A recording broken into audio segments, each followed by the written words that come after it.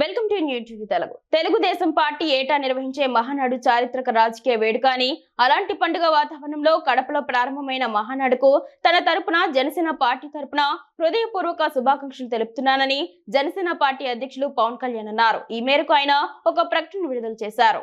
ఈ సందర్భంగా తెలుగుదేశం పార్టీ జాతీయ అధ్యక్షుడు ముఖ్యమంత్రి చంద్రబాబు, విద్యాశాఖ మంత్రి నారా లోకేష్లకు పవన్ కళ్యాణ్ ప్రత్యేక అభినందనలు తెలియజేశారు.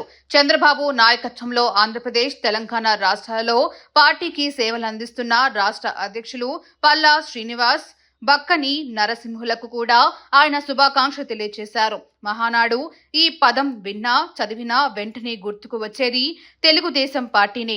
అంతలా తెలుగువారి గుండెల్లో స్థిరపడిపోయింది.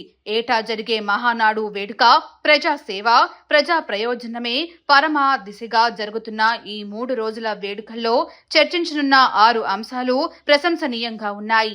కార్యకర్తే అధినేత, యువగలం, స్త్రీ శక్తి, సామాజిక న్యాయం, పేదల ప్రగతి, అన్నదాతకు అండా వంటి అంశాలపై ఈ మహానాడులో చర్చించి అందుకు తగిన విధంగా ప్రణాళికలు సిద్ధం చేయాలని నిర్ణయించడం అభినందనీయం.